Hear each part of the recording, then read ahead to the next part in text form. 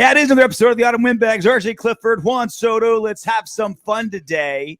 I told this story on my solo show, but I wanted to share it with you. Okay. I met Mark Davis this weekend. Oh yeah. And I'm using the word "met" very loosely. He was at the UFC 272. I saw when he was sitting next to what's Donald her face? Cerrone. No, on the other side. What's her name? Shania Twain. Yes. Yeah. She turned me country back in the day. Ooh, she's so hot. Is she still hot? She's beautiful. She's still beautiful. Oh, yeah. God damn, she's so fine. She's like in her late 50s, 60s, whatever she is. I would clap the fuck out of that.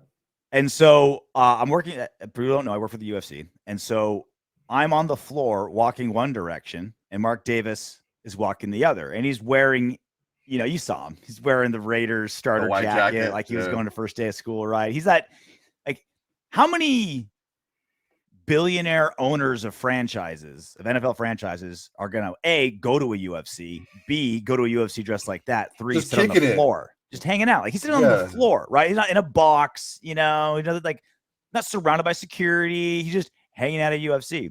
So I'm walking one way on the floor. He's walking the other way, and I kind of see him, and I'm wearing my Raider hat that I'm wearing right now. And I'm working, so I'm not going to get a photo with him or try to stop. He's watching the fight, so I'm not going to stop him, but I just kind of walk by. I just kind of give him a Raiders, and he just kind of gives me that goofy grin and keeps walking. But it got me thinking, it was just how many other owners, Steve Kovitz asks that question, is he relatable? I'm like, compared to other NFL owners, compared to most regular people, he's more relatable than any other owner out there. He's just at a UFC wearing a little kid's jacket. He's a regular person that just happens to have a lot of money. You see what car he drives, you see where he eats, you see his hair, you see his fashion. Yeah. He's got a white fanny pack and some freaking New Balance. This dude is just a regular man's got style, is what you're trying to say, obviously. The guy shops at Marshall's. He knows what the fuck's up. I heard a great line about Will Ferrell. They said, he's not a funny guy. He's a guy that does funny stuff. And I think that's a really good way to think about it. When he dressed up as the semi-pro guy, you saw it this week when he was doing the shoot around at the for the Warriors, right? Mm-hmm. And he's just there and to get up. It's Jackie Moon. That's kind of like Mark Davis. He doesn't act like a guy. He's not a money guy. He's a guy with money.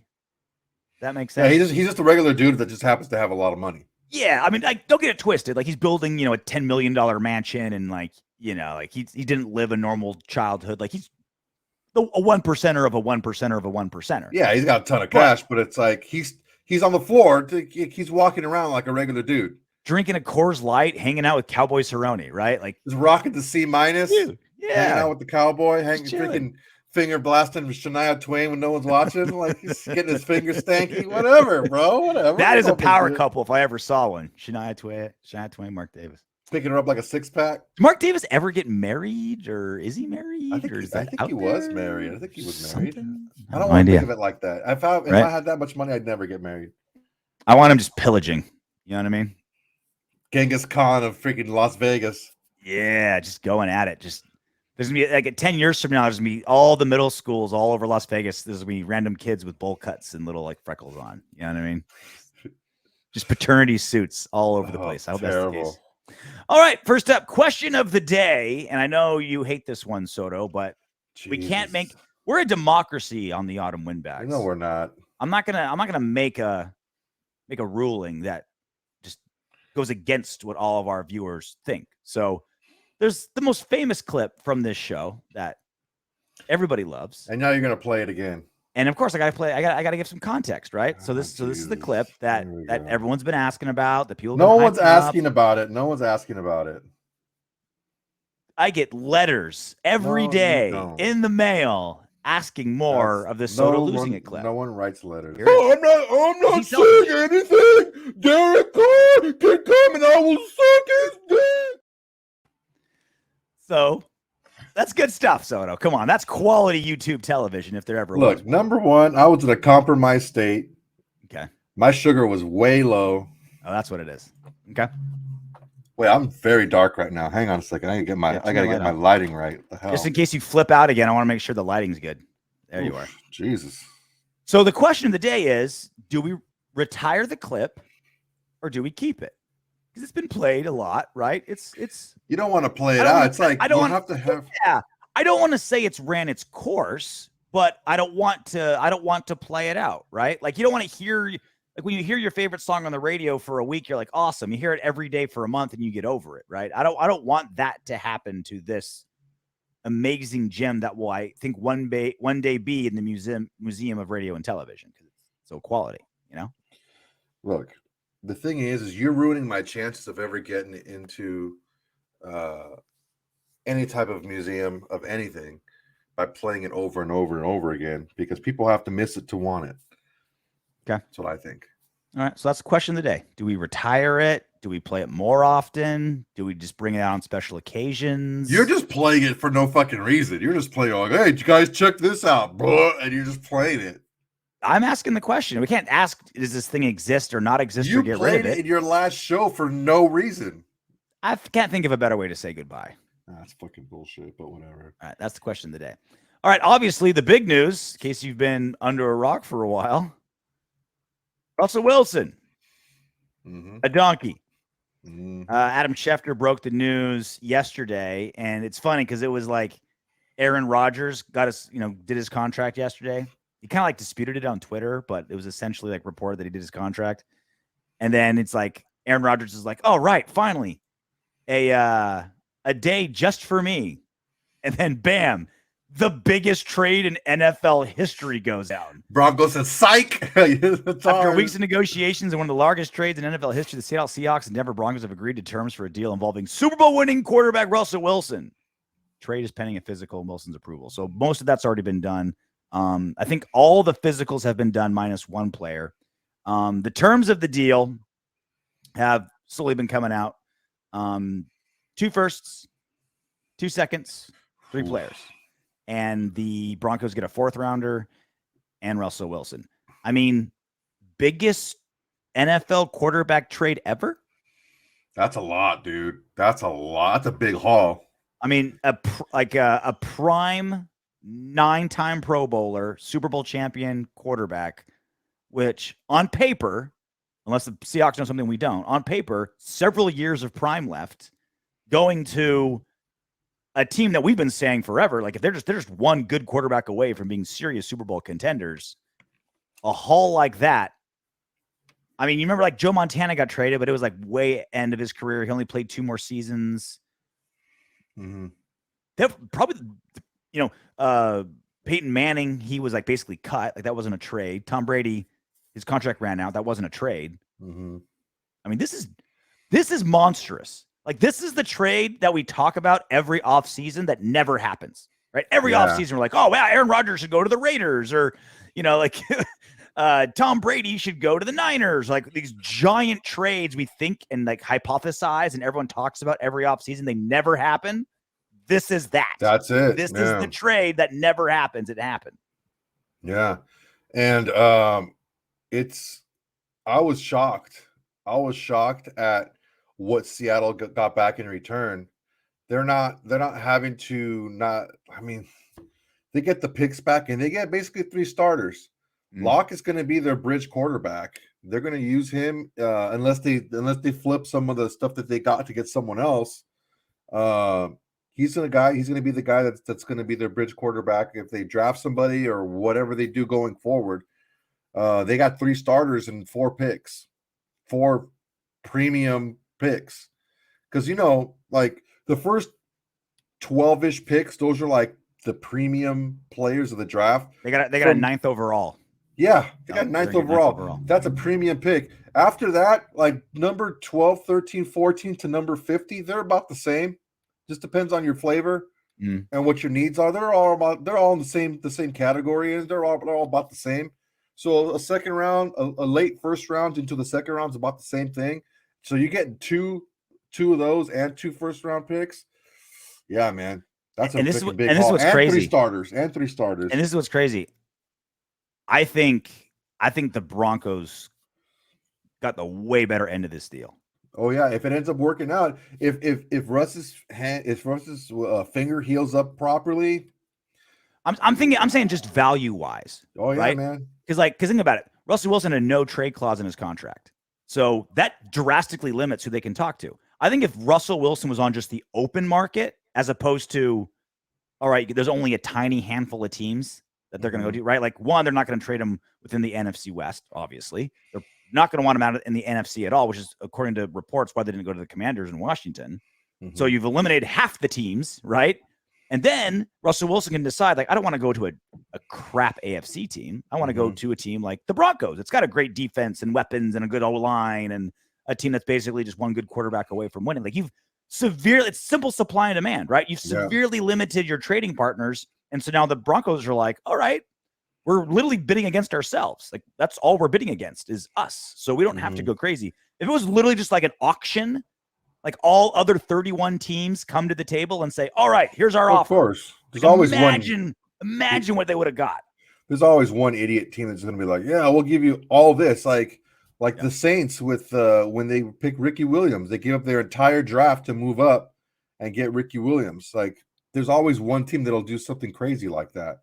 But when there's only a handful of maybe 2-3 teams, Colts weren't in it because they had traded a bunch to get Wentz the year before. They didn't have those first round picks, so they weren't able to do that. Who else is in that position to have that team around it?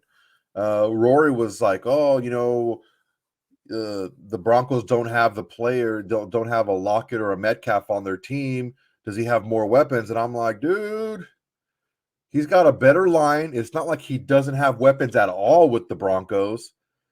The overall offense that he has, maybe not the elite 2 weapons, but the overall offense with the Broncos is better. With Russell Wilson there, they're more dynamic. They're more well-rounded, and he can be better protected.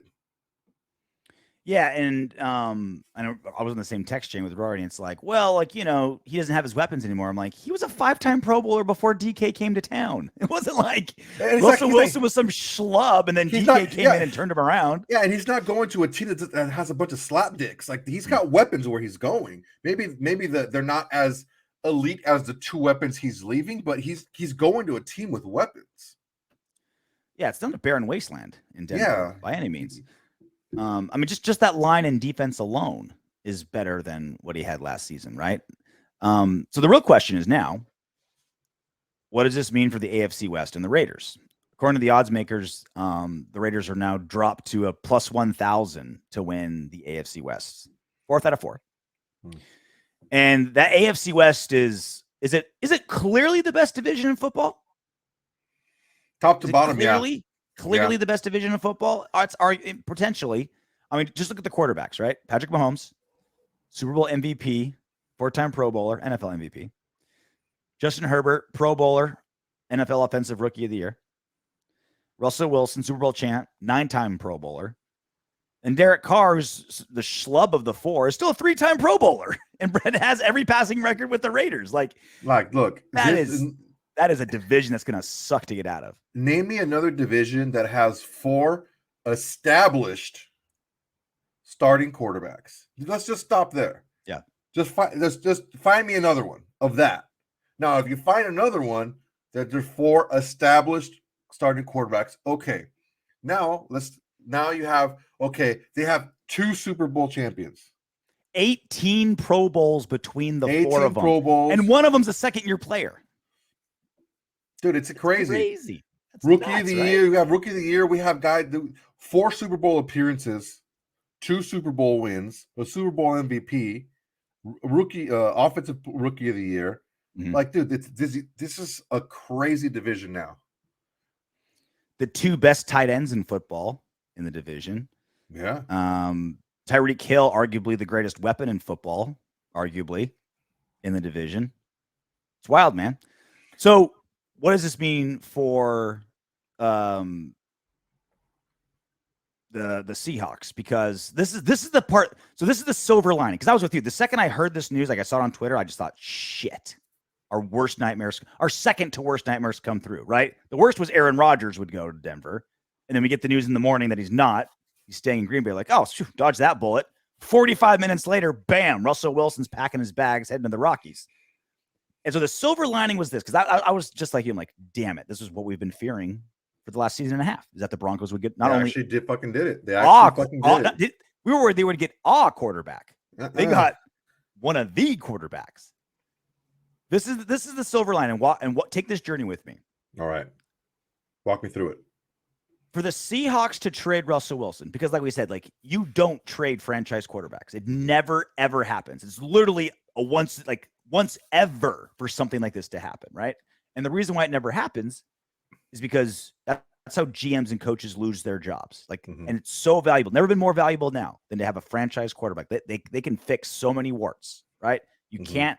We've seen it's super rare for you to get over those humps without someone under center that really knows what they're doing, right? So they trade him for two and only two reasons. There's only two reasons why they would trade Russell Wilson.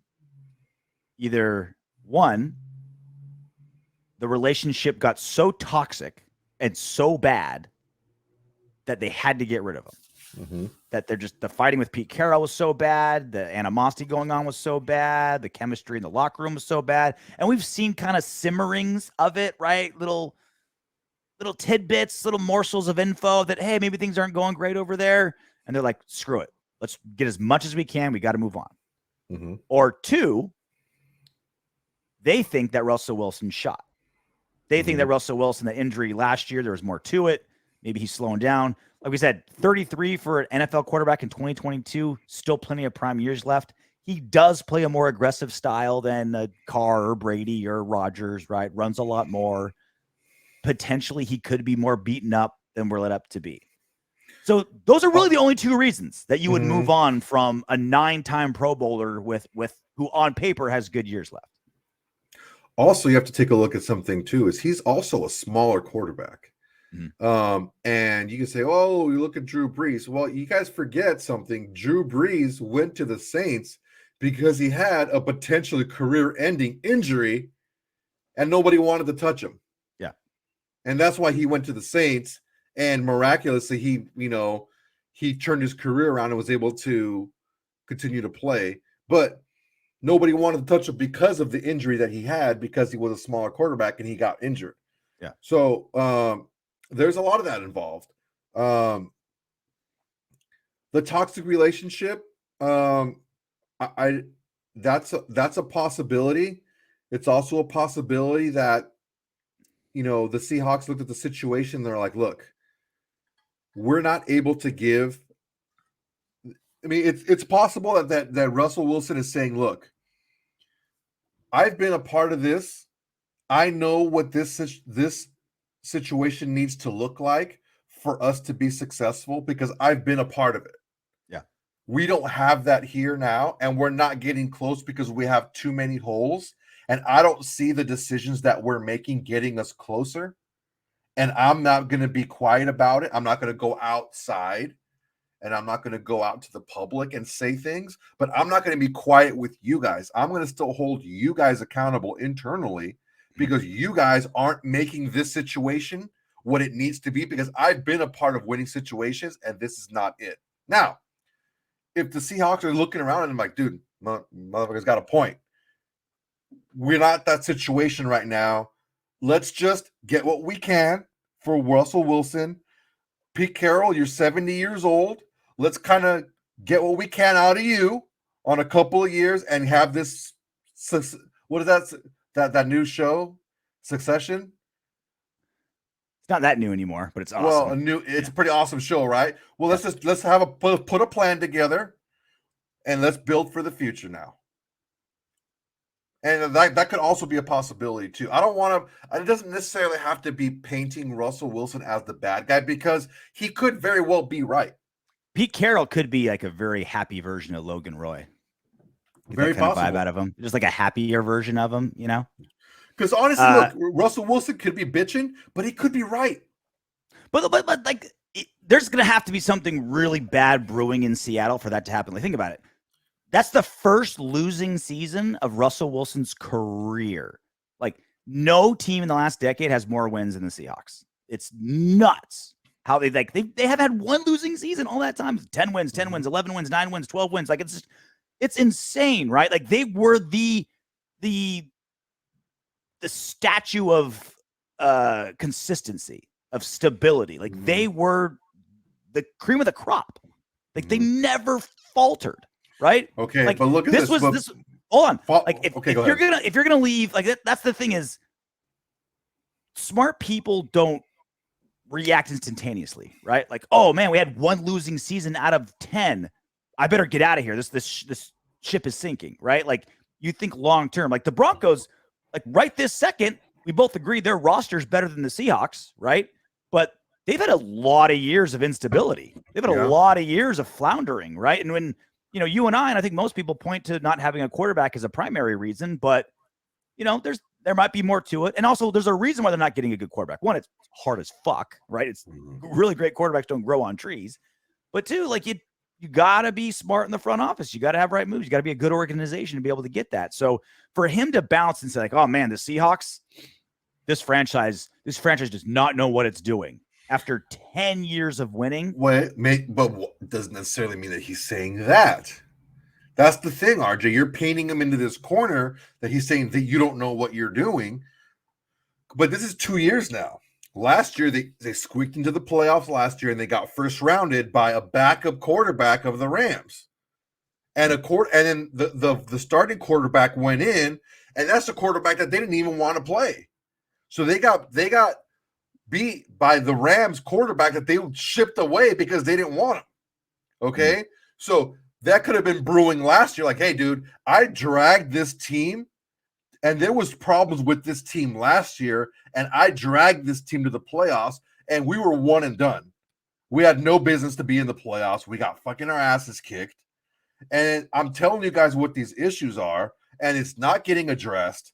And I had problems with the way this team was constructed last year and what was going on. I'm voicing my opinions. I'm not going out to the media about it. I'm telling you guys, I'm still being a soldier on the field. I'm bringing us to the playoffs, but look what's happening on the field.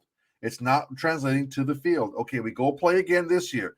Look what happened this year. I get hurt. Great. I missed a couple games. I understand I got hurt. I went back and I wasn't ready to come back. I still came back and played. I tried my best, but there's still issues on this roster that aren't being addressed. Okay, fine. We understand. I mean, you're painting him like he's the bad guy here. He doesn't necessarily have to be the bad guy for this to have gone down that way. I wasn't meaning to. I didn't intentionally mean to paint him as the bad guy. My thing was. Well, the words you're using is like, you're painting him out to be the bad guy. Not at all. He's making it's not bad guy, but you're saying your words are saying that Russell Wilson is like, you guys don't know what you're doing. Get me out of here. That's the word you're using. Well, those are the options, right? Like it's one of those things are happening, right? Either he doesn't know what he's doing and he's like, oh, I'm going to bail on 10 years of consistency because of one bad year. And it wasn't even that bad. Like they swept Niners in the NFC. You can sneak into the playoffs with a losing record, right? But what if it's a couple of years of him telling the team, hey guys, we're not addressing these issues on this team, and although we're still getting by, these issues are still cropping up and they're becoming bigger issues, and then these issues finally came to a head this year, and now they're too glaring to fix with a couple of moves here and there, and the team's realizing like, yeah, this is something that we need to move on from because these issues that we have, we can't just patch up. Like in the NFL, the window opens and the window closes just as fast. And if the window closed on them and they can't fix it because they see like they have three good teams in the division too. It all depends. They have three better teams in the AFC. What I'm saying. Like he's going to a tougher division, so it's like that's my point. Is you're giving the benefit of the doubt to him, right? The benefit of the doubt may be him. The benefit of the doubt may be Seattle, who sees like, man, Russell is kind of a pain in the ass and he's losing it.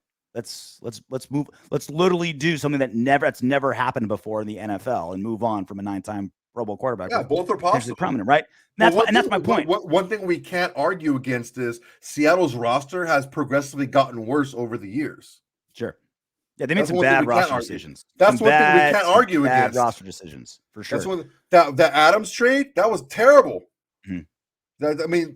So that's one thing we can't argue against is their roster has gotten worse. So, I mean, is that the only factor? No, but I mean, that's one of them. So this is what's going to tell me about Russell Wilson is what Seattle does next. And this is why we're talking Seattle, because I want to know what kind of Russell Wilson we're getting. Is he coming here because he's pissed off, got out, and he's still amazing? I hope not.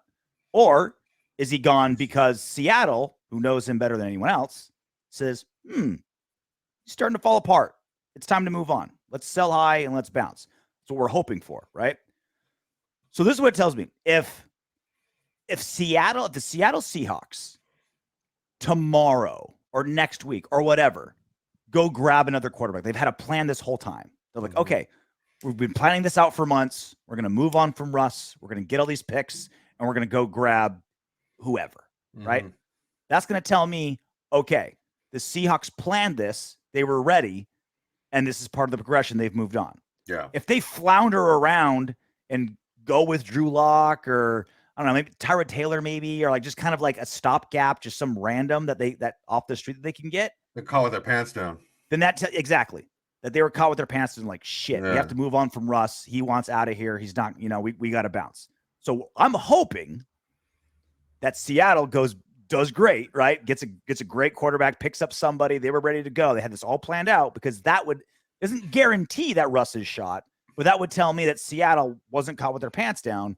This was a move that that losing Russell Wilson was part of a larger plan, not just, throwing a Band-Aid on a wound that they didn't expect. Yeah.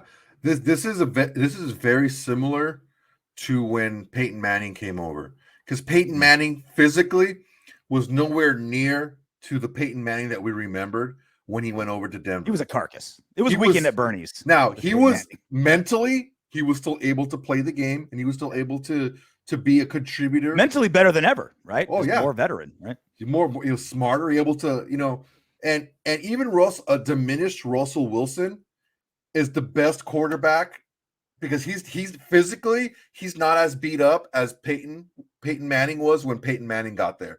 So as far as the physical tools and abilities, he's the best quarterback they've had since John Elway. Yeah. And I don't think we can argue that. Yeah.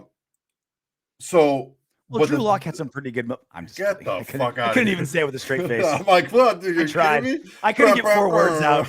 I couldn't get 4 words out.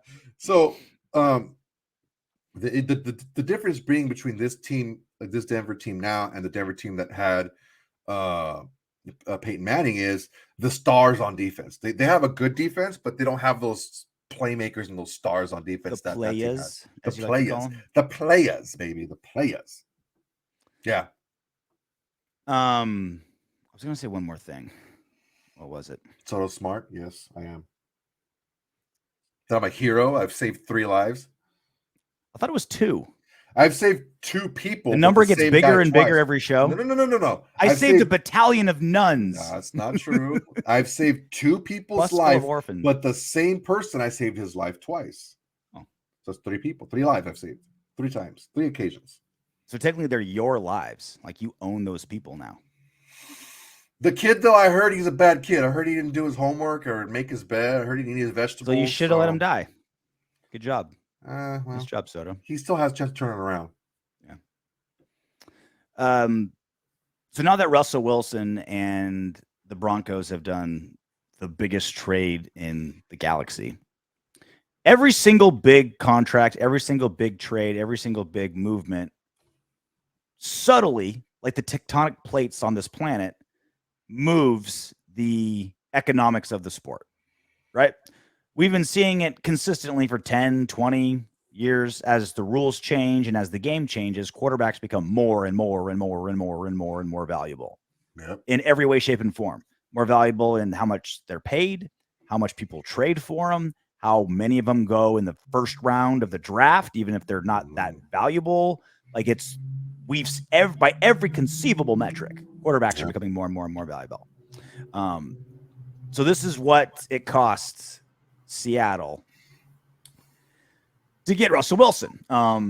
Drew Lock, Noah Fant, Shelby Harris, 2 first-round picks, one of them the 9th overall, 2 second-round picks, and a 5th. And then obviously we got Russell Wilson and a 4th. That 4th round always makes me laugh. It's like, here is $10 million, and we get Russell Wilson and a coupon for 20 cents off at Dino's Pizzeria. Like, oh, No, we get a coupon for a free onion brick at the Naples Rib Company. it's like, hey, those come in clutch, bro. Those onion bricks are clutch. What if that fourth rounder ends up being like the next Tom Brady or like some like crazy Hall of Famer? Stupid shit, dude. Like that third rounder that we traded for what's his face, and the kid of Deontay Johnson. Like, God damn it. Yeah. I'm very like that's one of the weird things that I'm gonna follow. Like of the 1 million useless things I follow, that's gonna be one of them. Whoever that fourth rounder is gonna be and who's he turned into. It's like, oh yeah, he was part of he's better than like all of them. Man, I'm telling you something right now. There are so many sneaky good players in this draft. There's a lot. There's defensive line is deep, wide receiver is deep, offensive line is deep in this draft. Yeah. Corner is pretty deep. You can grab a guy in the fourth, maybe even the fifth round that can be a pretty damn good player. Like if they came out last year, maybe even next year, they'd be like maybe even a late second or a third round pick. Like you can get some good players in this draft late. And yet, because there's basically no quarterbacks, everyone's like, "Oh, this draft sucks," right? Because that's how, dude. That's people just stupid. Like, that's how people look at drafts, right? Off. What are the quarterbacks? I got into a Twitter beef with some dude who's like, "Oh, this draft's going to be so boring." I'm like, "Are you kidding me? Did you not even watch a single second of what these guys were doing? Just the athletic ability alone of these kids. It's disgusting." So with Russell Wilson and the Broncos and the Seahawks seismically shifting the values of quarterback, because like I said, I really think that Denver got a steal because they were basically the only people negotiating with the Seahawks. If it were 31 people, 31 teams negotiating for Russell Wilson, they would have gotten king's ransom, a lot more. But because economics, supply and demand, the Broncos were basically just negotiating against themselves. So it just shows yet again how much quarterbacks are valued. And so, what is Derek Carr's trade value? What is the number where we'd be happy to trade Derek Carr, right? Like what's the haul? Because I like I said, I've said it multiple times. I don't want to trade Derek Carr unless we're getting a better quarterback, right? Unless we're packaging it somehow to get someone better, right? Mm-hmm. Just not interested. We've seen what quarterback purgatory looks like. We just saw what it costs to get a good quarterback, right? Like that's the going rate. And that's the going rate when it's just a one-on-one negotiation. We saw with Aaron Rodgers' new contract, what it costs to have a two-time or four-time NFL MVP, back-to-back NFL MVP quarterback. Like that's the cost of good quarterbacks, right? So if a team does come to the Raiders and says, we want Derek Carr, this is what we're offering, what would you accept? What would you say? Okay, this number I can live with. Let me ask you that question a second. Not what you think, not what you think he's worth, just in general, but what you would accept to move on from Derek.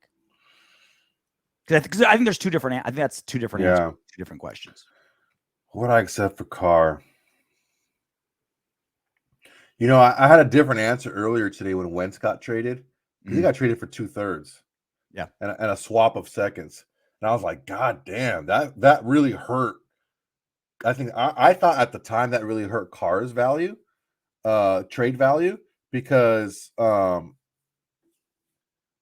look at Wentz's numbers, just the numbers, and although he threw for a lot less yards, he threw for more touchdowns and half the interceptions, and his QBR was about the same. And he just happened to have his worst two games, the last two games of the year. I'm thinking to myself, for 2 threes, that's it, huh? In the report, for $28 million, I would have wanted like a Jared Goff thing. It's like, all right, we'll give you we'll take your quarterback, but we want stuff with the quarterback because that contract. Yeah, give me some of that cash, right? Like if I have to pay Carson Wentz $28 million next season and a $5 million roster bonus coming up in like a week, you give me 2/3. The fact that Indy got 2/3 was like, geez, Frank Wright, give him a trophy. Like, you actually got value out of Carson Wentz after that season. It's like, that's crazy. That's crazy. If you look at the season as a whole, it doesn't seem all that bad. But at the way the season ended, and then the reports that came out afterwards, yeah, that was, I don't know what the fuck they're doing over in Washington, but that kind of shifted everything. So Carr doesn't have that kind of baggage on him when the guy that wanted him ships him out for 2 threes.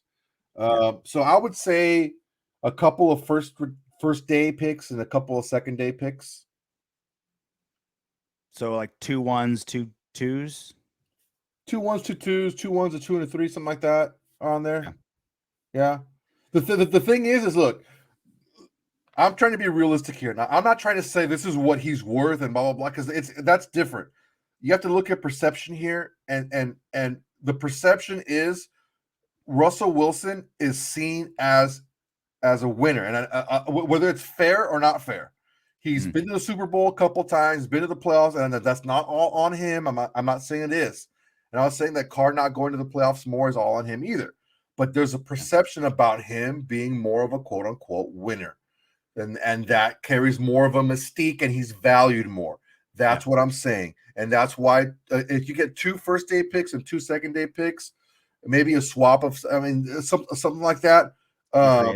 Being creative. That would entice me. That would get me to be like, all right, that's something that we can work with, because now you can then work with something that, and then you can work with that and stuff that you already have to then also get a quarterback maybe of your own. Yeah. And it's all like you said, like, a first round draft pick, right? A first round draft pick for team X. It has a value, right? It has, a number, like a value, it's a cryptocurrency, right? It has a value that we've all kind of agreed it does value, because this is kind of how we treat it. But it obviously means more and different things to different people, right? For a team that desperately needs a quarterback, a first round pick last season was gold. Like, it means so much more than a first round pick this season, because there's really no quarterbacks in the season, right? And where is that pick? Is it a high pick? Is it a low pick? Is it top 10, top 20? Is it, the Niners traded 2 first rounders to get to number 3. Like, it was so valuable, right? Like, it was so valuable to do that, right? So same thing with Derek Carr, because not only are we trading it for just the value of Derek Carr, right? The skills of the carbon-based life form that is Derek Carr. But if we're trading Derek Carr away, that means we're punting on next season. That means we're restarting, like we're reloading, right? We're starting over, right? Whole new coaching staff and a new quarterback. That means you're starting over, right? So if Derek Carr was on the Jags or the Jets or a shit team, his value, I think, would be less, because you already suck. You just like you're not giving away, like, hey, we're our playoff chances are gone now. It's like, no, they were never there. So I think that's why Derek Carr's value is so high to the Raiders this season, because they're coming off a good season and he's a core part of that, and because of his skills and other things. So it's like the timing, how well the Raiders are doing. These are all parts to me that say, like, all right, if we trade Carr, like, we need to get either it needs to be part of like a 3-way deal or something to get another really good quarterback. That's what I was going to say. Or like a freaking king's ransom, because trading Carr means, all right, we're giving up on next season. So you better make it worth really make it worth our while, if we're going to not try to build on, at worst, our second best season in the last 20 years. Yeah, because Ziegler's on the phone and he's talking to Team X, and he's like, "Hey man, I'm gonna flip Carr and get some picks. I want your quarterback." And they're like, "Well, where's the pick?" Well, we got our pick. Like, you're 22, bro. That doesn't interest me. Yeah. Okay, well, I'm gonna get San Francisco's pick. They're like, "Fuck that, bro. They're gonna be higher than yours. Like, their pick's higher than yours." Okay, well, one of the Giants picked. Oh, that's a top 10 pick. Now we're talking. Now, you son of a bitch, I'm in. Yeah. You know what I'm saying? Like, okay, now we're talking, right? Like, just as an example. I'm not saying I heard anything, but that's where the conversation starts. So that wouldn't, in my scenario, those conversations would be going on at the same time. You'd have to line that other deal up while you're lining up the first trade. Yeah. Because I see it the way you see it. I wouldn't line up, and I wouldn't trade Carr unless I have something else already lined up. Yeah. And it's all kind of a mute point right now because the two that made sense to me, like the only reason I would think to move him from Carr is the two available quarterbacks that are clearly better than him that are clearly available or we thought were available, Aaron Rodgers and Russell Wilson, right? They So were available. I told you from the beginning they were available.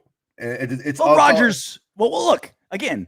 Rodgers wasn't, and it took the biggest trade ever to move on from Russell Wilson. Like this is the thing. Like let's not pretend that this trade is now like, oh, it happens all the time now. It's like it's literally never happened. A trade of this magnitude. Like that's he was available because he got traded. Right? He got traded. And so that's my point is I wouldn't accept like picks for Carr. I would only be in a situation where we would give away picks with Carr to get for someone better, for a Russell Wilson or Aaron Rodgers. I don't know if there's a single quarterback. Now, if you give away Carr, if you give away Carr, you wouldn't have to give up as many picks. Yeah, 100%. Yeah, and especially like Seattle would have made perfect sense. Is all right. Russell's just not working for us, right? It's just before I get roasted. I'm not saying I would have done the deal. Before I get roasted, just freaking relax. Do you think? Do you think Seattle hit up the Raiders? Oh, I think so. I'm pretty sure they did. Yeah, I'm sure a lot of teams we'll hit give I know you Russ. For a fact Washington did and Indy did. Yeah, but the difference is the Seahawks have something we want, right? They had Russ, right? That's like that's something that's going to be a what if. Hopefully that kind of comes out, like all the different deals that were like whispered about and talked about as the season goes on. I'm really curious what if there was any serious negotiations between Seattle and the Raiders to swap quarterbacks, and then what the Seahawks also wanted. Yeah, Mick Ziegler's trying to win, bro. So nothing that Washington has us winning. And then the Colts call us and they're like, "Hey, man, you want to swap quarterbacks?" And, they're like, "Ring, ring." We're like, "Hello, Indy? Yeah, what's up?" Wentz and picks for Carr, and we just hang up on him. Like, get the fuck out of here. We don't want that. Hang up on him. We break our cell phone, throw it into the ocean, drive a boat down there, harpoon the phone. You're like, oh God, it's like when your chick tells you to call your side chick and be like, call and tell her, "Listen, bitch, you're fucking up my family. Quit calling me. Don't call me on this phone anymore." Do you think any of this does anything with Carr's potential extension or not or whatever is going to happen with Carr contractually coming up? I don't think so, man. I think Carr's extension is I think that there's going to be a closer eye on Carr next year because we'll see how Russell Wilson does in a new system and how Derek Carr does in a new system because there's no excuse again now. Right? See, because if Russell Wilson plays well in his system, Derek Carr better damn well play well in his new system because there's no excuses now. You got weapons, he's got weapons. You're in a new system, he's in a new system. Ball out, no excuses. Let's go. The AFC West. That's a minefield, bro. That sucks. Well, a minefield, but there's a ton of question marks. Like, think about it. Denver, new coach, that great defense that Fangio was a big part of, gone. New quarterback, is he going to jive? Right? A lot of question marks there. The Raiders, they're considered the biggest underdogs, but McDaniels and Ziegler, like, do they just mesh perfectly with this roster and just take off?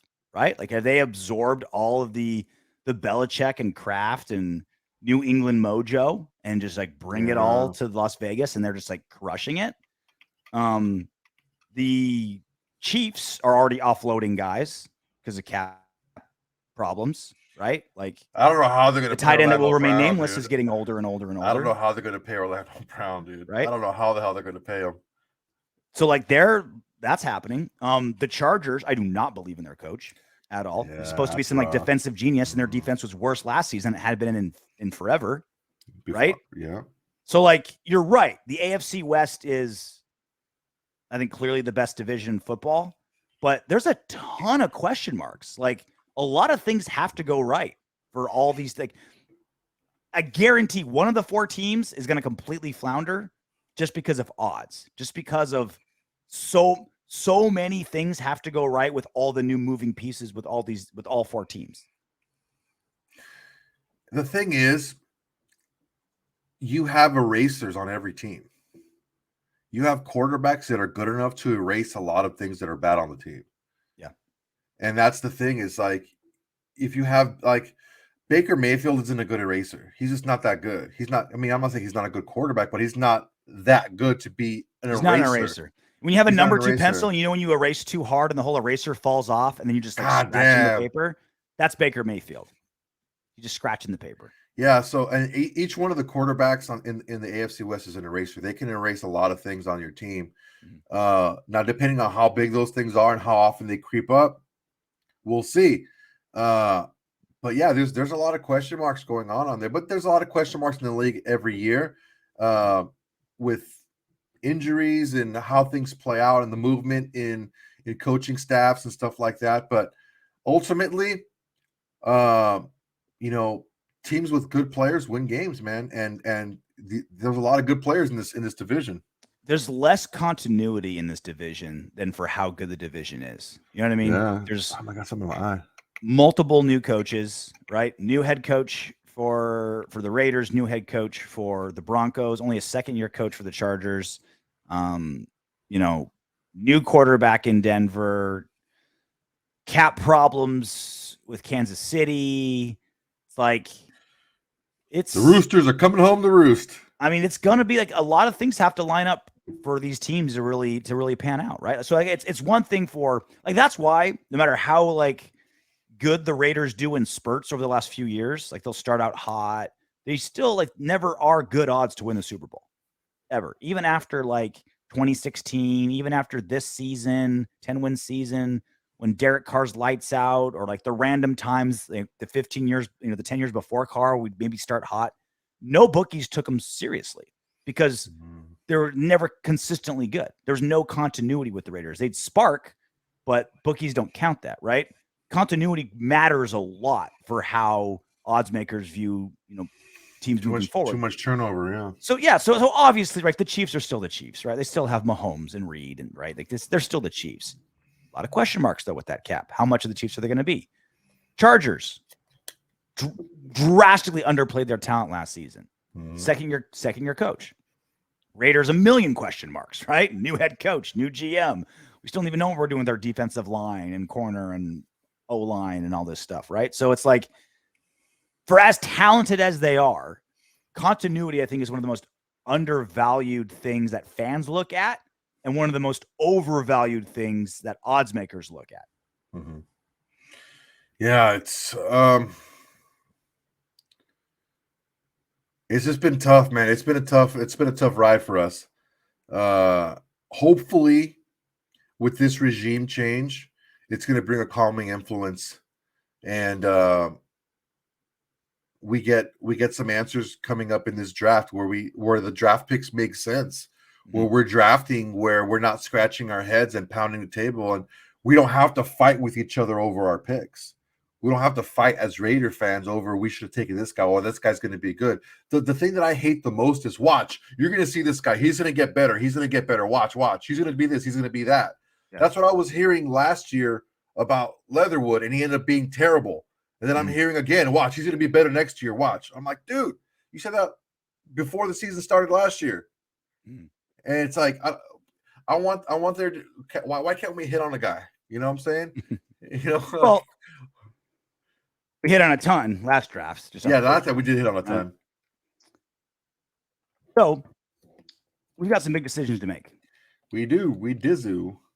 The 2019 draft for the Raiders, they're all entering their fourth season, right? And with the current rookie deals that are happening with the NFL, you've got 4 years on your rookie contract and then a possible fifth-year extension, and then you go from there, right?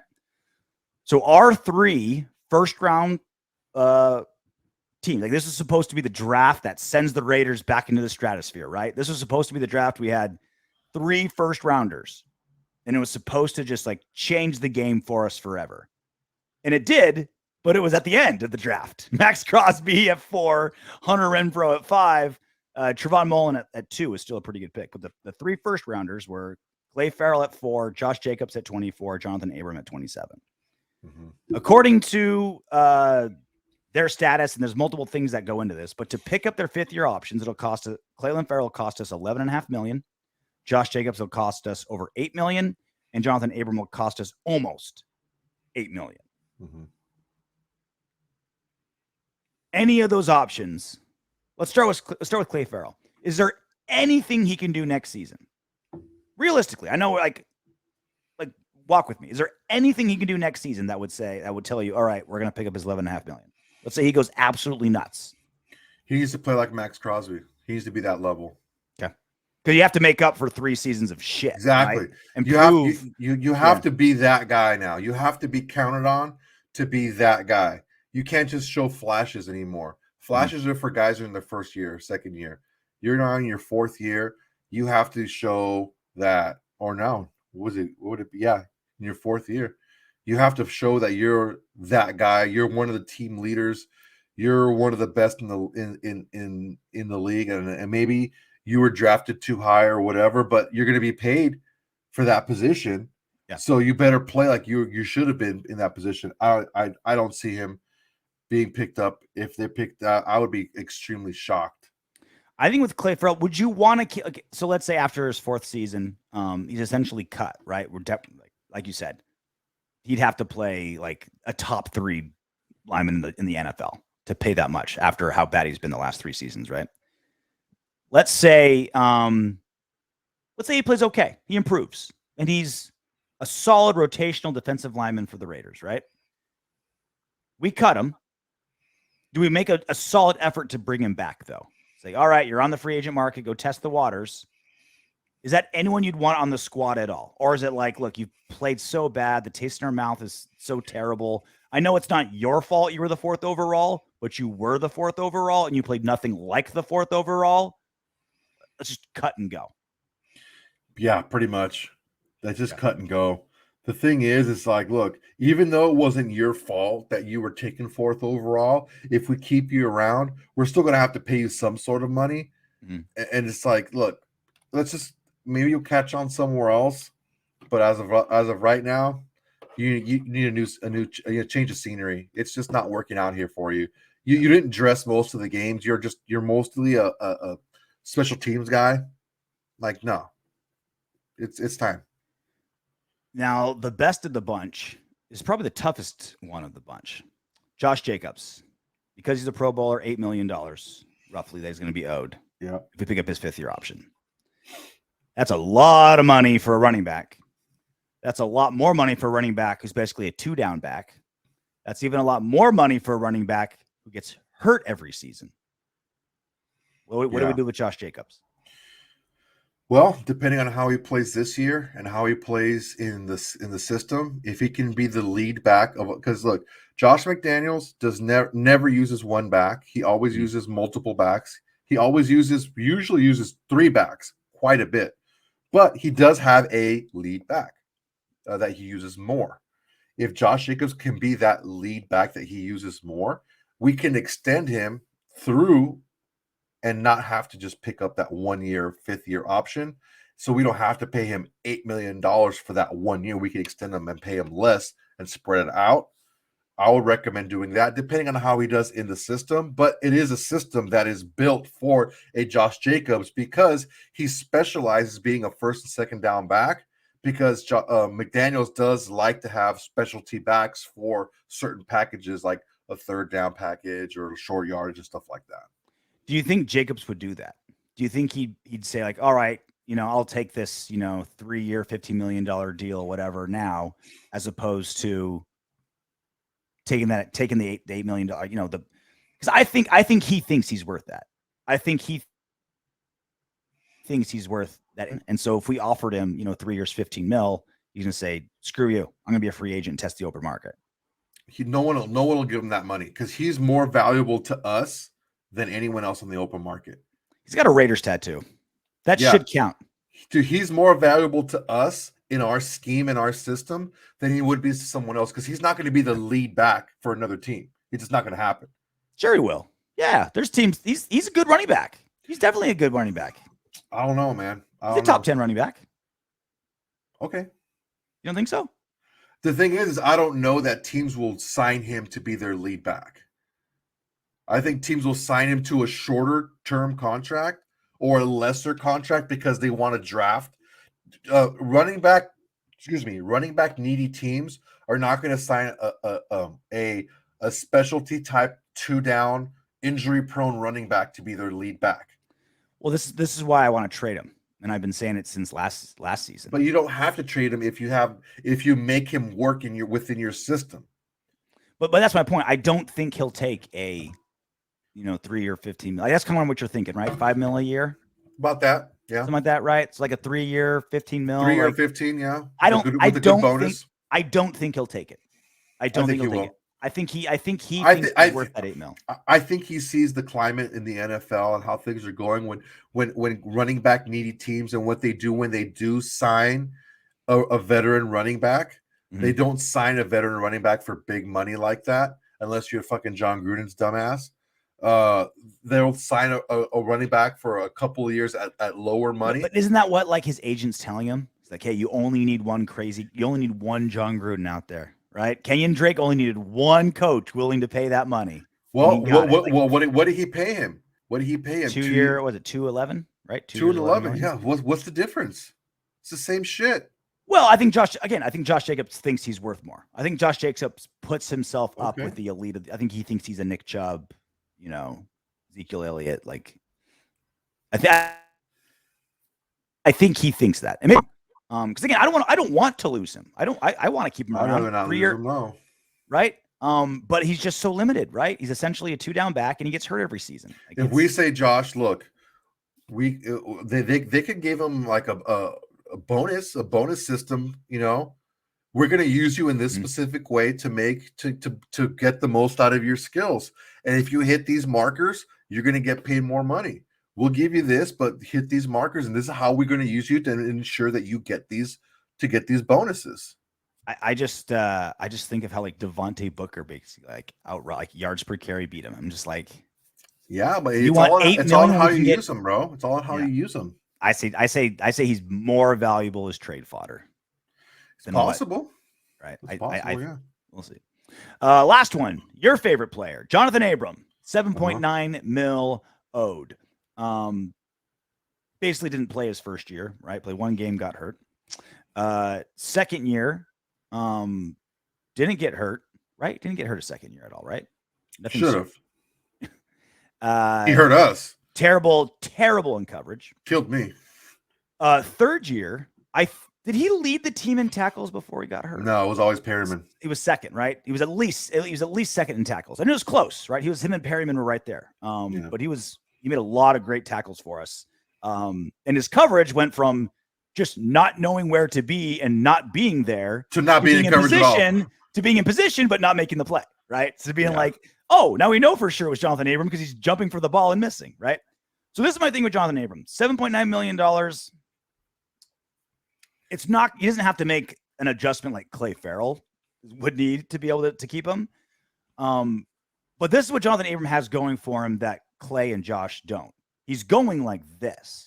Like he's improving every season. That's what kind of I care about more than what did you do this season? It's what direction are you going? Renfro's like this. Max Crosby's like this, right? Like that's what I want to see.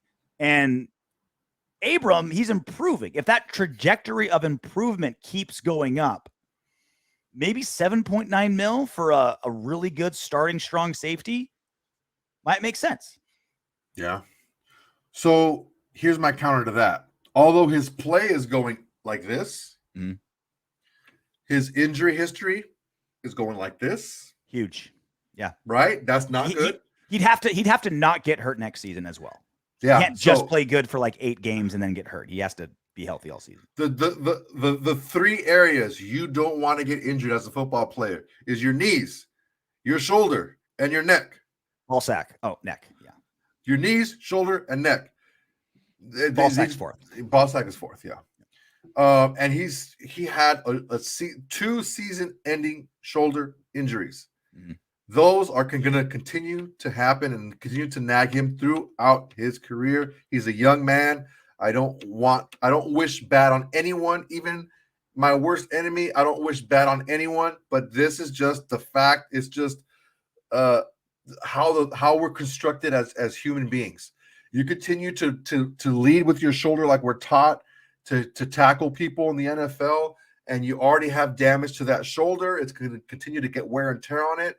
The way he plays, the way he hits, that's one thing going wrong. Another thing going wrong is the defensive scheme of Graham. He's very multiple. His safeties have to be able to be multiple as well. He asks a lot of his safeties. His safeties have to play in the box, and they both have to play out deep.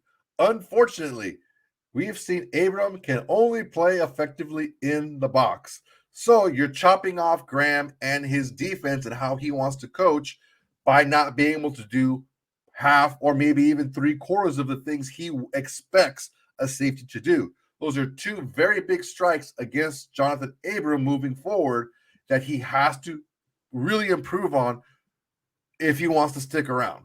He's another candidate to get extended at a lower cost, but I don't see with as just the injury history alone and the and who's going to commit to that injury history? No one's going to want to commit to that injury history. Two season ending injuries out of 3 years, and the year that he did play was one of the worst ranked safeties in the league against the pass. Like that's a tough ask. So I'm not making a case for Abram. I'm just, well, I guess I am making a case for Abram for the sake of this argument. But for one, he's the cheapest, right? 7.9 mil. Not crushing numbers, right? Not like Clay's 11, right? Like 7.9 mil for a good safety is going rate in the NFL. So it's not like it's, 8 million for a running back, inflated, right? 7.9 for a safety. Yeah, that's right. If he plays at that level, right? I feel like Jonathan Abram next season, I don't think anyone knows right now if he'll get extended, but I think he'll be the easiest decision after the season's done. Because either if he gets hurt again, say Levy, right? He'll be the easiest decision in training camp. If he can't play in that system, that's an easy decision for him.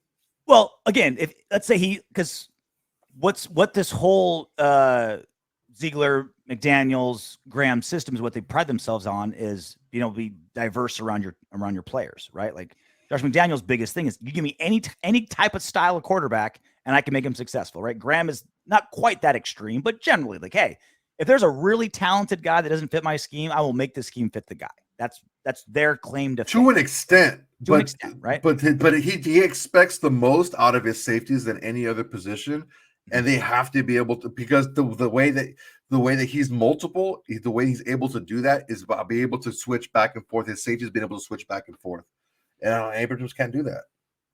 So that's my point. Is I feel like let's say he does grab the system, right? Let's say he works in the system training camp, right? He has to be able to grab this system and be injury free, right? So it's going to be a whole season because to know if he gets injury free or not. But I think he'll be an easy decision. It's a decision I have no idea what it is right now, right? Yeah, we don't know. If he continues improving the way that he has on the same trajectory and stays healthy, we extend him. I think that's kind of a no brainer with how fast he's improving. If he gets hurt again and starts to plateau, he gone. If he gets hurt, if he misses games, plural games again for a shoulder injury specifically, yeah, you can't bank on that. Unless it's like a finger and he misses a game. Yeah, it's shoulder. It's got to be a shoulder again. Yeah, if it's a shoulder again, it's like, come on, guy. I mean, understand. Like, ultimately, like it sucks that an injury cut your career short with a team, but it is what it is, man. You made enough money, you'll be fine, right? Yeah, like you'll get picked up somewhere else, maybe. But look, dude, it's the way the cookie crumbles sometimes. Ready to do some what up windbags? Yes, do it. Gun nerd. The Broncos got a famous quarterback, not a good quarterback. So I don't think that statement's correct. I think that statement is wrong. I like gun nerd too. I just don't agree with that. I think there's slivers of truth to it. I think there's a whisper of truth into what he said. I think it's fair. I think it's fair to say that Russell Wilson is more famous than he is good, right? Like there's players that we know are undervalued and they're really, really really good, but they get no love, like nationally. I think it's safe to say Russell Wilson may get more love than his skills dictate. He's still great, but I think he might be, I think maybe people think he's a 9.5, but maybe he's an 8.7. Yeah, I think we have to see what's going on with that hand, with this finger of his, and being able to grip that ball. If that finger, it's on his throwing hand, shit. If that hand is healed and he's back to 2 years ago, I mean, he still made the fucking Pro Bowl last year, Yeah. If a couple of years ago, if he's back to that, then okay, then it's his fame and his talent are about the same. But right now, yeah, he is living off of his stats a little bit. Enrico Rios. Yeah, Carr's not the type that complains, but a closed mouth don't get fed. The quarterbacks that do complain, guess what? They have rings. I mean, some do, some don't, right? There's like no nonsense, no complain quarterbacks that win championships. And then there's the bitchy ones that the divas, like the Aaron Rodgers of the world that win as well. I think it's a combination. Yeah, I think for the most part, you're going to find that the quarterbacks that are winning games, they're going to be a little bit more headstrong and not quite as go with the flow as the ones that don't. The people that I know that are more successful, they're a little bit more headstrong and they're a little bit more involved, and they understand what it takes to win. And if they see something that's not to their standard, they're going to voice their opinion. Now, how they voice their opinion, how they communicate, that's going to differ. Yeah. But yeah, man, like you said, a closed mouth don't get fed. That's why my good soldier narrative on Carr, I've never liked it. I never liked it. I never wanted to believe it. I always wanted to think I always wanted that back and forth, that Gannon Gruden back and forth screaming in each other's face type of thing. Like I wanted that fire, because I think it's, if you're the centerpiece of a team, as the quarterback is of a team, and you're the one that's being looked at as the person who gets the blame or the credit for a team winning and losing, you need to have a little bit more like of your own skin in the game with the front office to kind of like, hey man, like I'm the one that's being shit on out here and I want to win. I'm not just gonna sit back and be like, all right guys, do what you got to do. I want to go out there and be like, this is what I'm seeing. This is what I know of winning football. Yeah, and I think personalities matter too. Like John Gruden does not accept a quarterback talking, like screaming at him, right? Like Rich Gannon and him kind of had their thing, but like Rich Gannon wants people, like he had an ego. Like he wants people to be like, yes, sir, no, sir. Oh my God, great idea, sir. And if that's not the case, then it's just anarchy. Like he needs people that like are about him, right?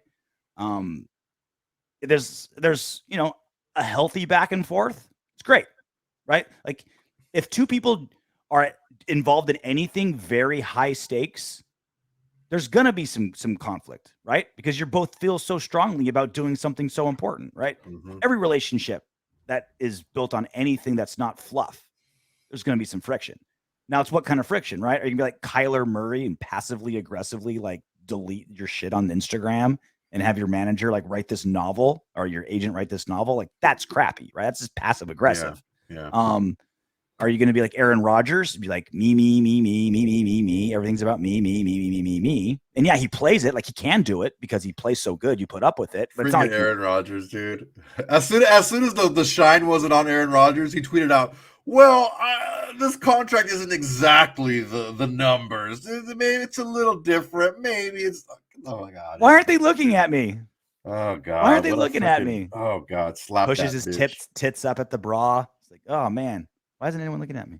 But yeah, I get what you're saying, man. Hey, just to wrap that up, I get what you're saying about it. I don't have a problem with it. I've never had a problem. Whenever I had people that I worked with that we've had heated discussions, I'm like, I don't have a problem with it. We can discuss work and get heated about it and just walk away. And like, I don't take it personal. When you get heated, it means you care. If you just like, whatever, that tells me that you don't care. Yeah, the best co-host, because I'm a radio host by trade, right? Been a radio host for 10 years. Like the best radio co-hosts I've ever had are the guys I've screamed at the most, because we can have a back and forth and the show's over. We're done. Like Ryan McKinnell, who we've had on this show. We are great together because we've known each other for so long. We can rip into each other because we're passionate about what we're talking about. And then when we go to commercial break, it's like, oh, where do you want to go for lunch? Right? Because it's like, just move on. We know what we're like. We're separating friendship and what we're doing. Right? It's like, I respect him. So even though I disagree with him, I still respect where it's coming from. Last one, M85. Deuce Gruden is still on the staff. Good to see his pops didn't tarnish his career too. So the Raiders obviously released the entire coaching staff. Still waiting on a tight end coach. Randomly, there was no tight end coach on there. But Deuce Gruden, strength and conditioning coach, just bricked out like the 5'3" pit bull that he is. Just thick, just built thick. That fool just power lifter. I wonder why McDaniels and Ziegler kept him. Of all the guys on that staff, all the great former head coaches, great guys on that staff, they keep Deuce Gruden of all the guys. They must think he's such a low level, such a non-threat. They're like, yeah, might as well let him keep living in the weight room. Kind of a fuck you to John Gruden. Like, hey, guess what? Maybe. Your son's still here, bitch. Do you think it's a fuck you to John Gruden or maybe a favor to John Gruden? Or maybe you never know. McDaniels gave him a call and said, hey, hey man, it sucks what they did to you. I want to keep Deuce I want to keep Deuce around. Hey, the kid does a good job. The team likes him. Kid knows his shit. He's fucking jacked as hell. He's built like a brick shit house.